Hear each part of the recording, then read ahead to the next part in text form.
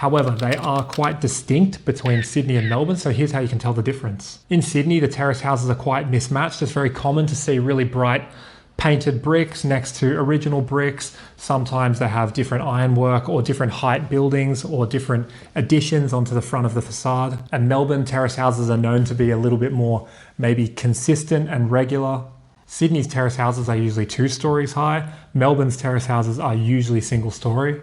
And Sydney's terrace houses are known for these liver-coloured bricks. Here's another difference. Sydney terrace houses are roughly twice as expensive as Melbourne houses.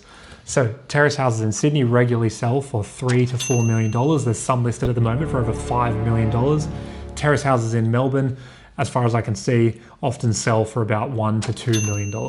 So I had a look at the origin of where the design for terrace houses came from. As far as I could tell, it's basically modelled after the terrace houses in Victorian era England, which was in the 1600s. So these were called the London terraces, and they were built from the 1600s all the way past a very big fire called the Great Fire of London. And they were built after that to accommodate the loss of housing and house the population that had been displaced. So by the time terrace houses were built in Sydney, they had been built already in London for 200 years or more. Interestingly, also from what I could tell, there was never a period in London where terrace houses were considered slums or abandoned. They were always prestigious from the start, and all the way up until now were considered desirable places to live. Here's some terrace houses from Dublin.